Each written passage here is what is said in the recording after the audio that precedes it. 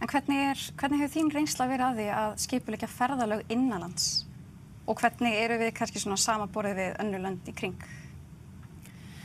Já, þetta skemmtilegt. Sko, ég náttúrulega búin að vera að skipuleggja mín ferðalög út frá svona minni fötlun í núna síðastliðin 18 ár og í upphafi var þetta ótrúlega erfitt og mikið mál að fara hérna landið og ég hef stundur sagt frá því að aðalmáli í mínu lífi var hvort ég kemst á klósett til dæmis.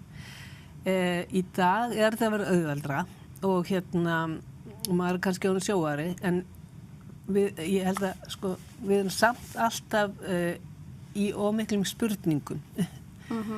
Við erum alltaf að spyrja alls konar hluti sem að kannski aðrir þurfa náttúrulega aldrei að spyrja og erum enn að rekast á að spurningarnar sko, fólk hefur ekki svörin og þarf að fara að leita og þetta tekur langan tíma oft á tíðum en þetta er mun betra heldur en þetta var.